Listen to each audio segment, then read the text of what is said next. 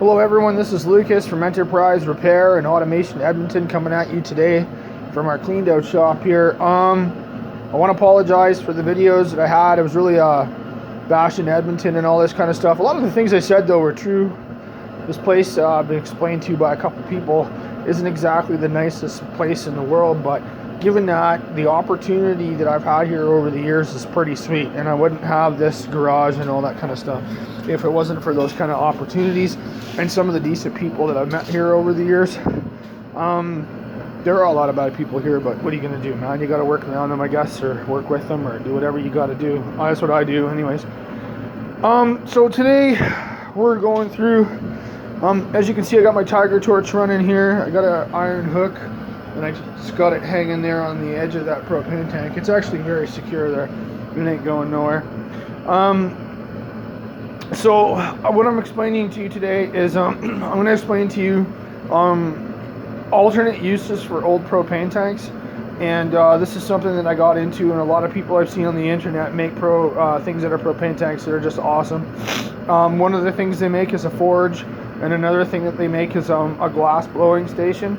So this is kind of like what I'm going to be doing, and I'm going to show you how I'm going to go about it. It's one of the projects here I'll be finishing up in the other days, but this is part one. I probably won't finish it all up today. It's kind of at the back burner. The Tiger torch was on the front burner because it's the only burner we got in here, and actually it heats up the shop really well. And you can see here, man, I got it styling in here now. I got a lot of room, and as you can see, we got a old Yamaha motorcycle I'm going to be turning into a street fighter here in the next couple videos. And yeah, it's just all around, you know, pretty cool. But back to the propane tank. So what I got here was the first thing you got to do when you get old propane tanks is you got to remove the valve out of them if you want to recondition them or use them or whatever you want to do with them.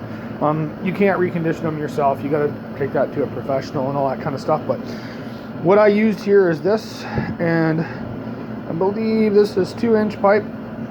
I should say on it. Yeah, I think it's 2-inch pipe. And all I did was I put a hole in the one end here so I could get a long bar through it. I use my jack bar. Seems to work really well. It goes on my floor jack. And I notched out the end here so that it'll fit over top of the propane valves. Like the valves in this one are gone, but this slips over top of the valve, and then to put the jack bar in it. And then all you have to do is find something really steady, like a column or a pillar or a pole or a fence post or something like that that's really good and steady.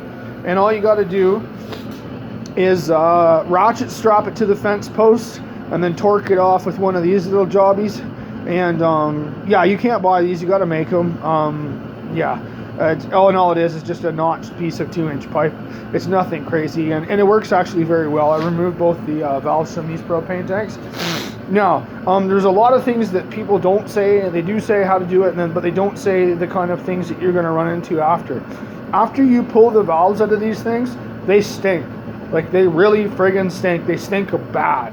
And it smells like gas, and it may create panic wherever you do this. So you got to be really careful that you put this in a spot that allows it to vent off, and you got to let it vent off for a long time in order to get rid of that smell before you start cutting into it. Because the last thing you want to do is cut into a propane tank that's full of propane that could explode or cause a flash and that kind of stuff. Scare the hell out of you. You don't want that. So what I did is pretty simple. I took a dry fire extinguisher. You can see all that yellow in there.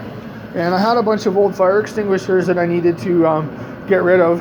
And one of the things I did with one of the extinguishers is after I removed the valves in the propane tank, I just stuck the extinguisher down in there and I filled it up about, well, I put quite a bit of powder in each one of them. And that was just to stop it from, you know, maybe causing any fire in the future from fumes leaching out of the metal and the smell and everything else. Now, these sat in my truck camper when my truck camper was in a parking stall for over a year. The first few months it smelled like hell, and I was really glad it did because it kept a lot of people from breaking into my camper because they go by my camper and it would smell really bad. So I was really happy for that. After about a year, they didn't smell anymore, and I took them over to my buddies. And all I did was I put a piece of tape around it to give me a guide, and then I just sheared it off with the cutting blade and the angle grinder. I went through about 4 blades cutting everything that I needed to do here. Now, two types of deals I'm going to be making here. This one that the Tiger Torch is attached to right here is going to be the forge, and this is going to have a removable lid and all that other kind of stuff. I'm not going to weld anything here. I'm a power engineer, so I'm not supposed to be welding anything, so pretty much any fix I come up with, I'm supposed to come up with some kind of mechanical fix. So I'm going to be doing that. And this one here in particular is actually made from 2 propane tanks. I just cut this piece out of 1 propane tank specifically in order to make a door over the front of it. The door is bigger than the hole that I cut. And what that's going to do, I'm going to put it on a hinge. I'm going to drill a hole out in the bottom, and I'm hoping to make this into a glass blowing glory hole. You know, glass blowing glory hole is not what you're thinking about glory hole. Yeah, this is just going to be a door. I'm just going to put it on there with some hinges and some nuts and bolts and all that kind of stuff, and hopefully it stays on there pretty well and all that stuff. I know these things are going to get really hot. I tested this one out yesterday to see how hot I could get it with the torch in there, and it worked out pretty well. But it started to burn the paint off, and I think that started to annoy people. So, yeah, I'll have to make sure that when I do all this stuff, I'm going to do it outside. So again, this is Lucas from Enterprise Repair and Automation Edmonton, coming at you from our shop. Oh, don't worry about the propane in here. There's lots of ventilation. This thing is so full of holes. I'm not worried about carbon monoxide or anything like that. It takes a while for it to even get it decently warm in here. So yeah, I'm not worried about that at all. You can check out on how to properly vent propane burners and all this kind of stuff online.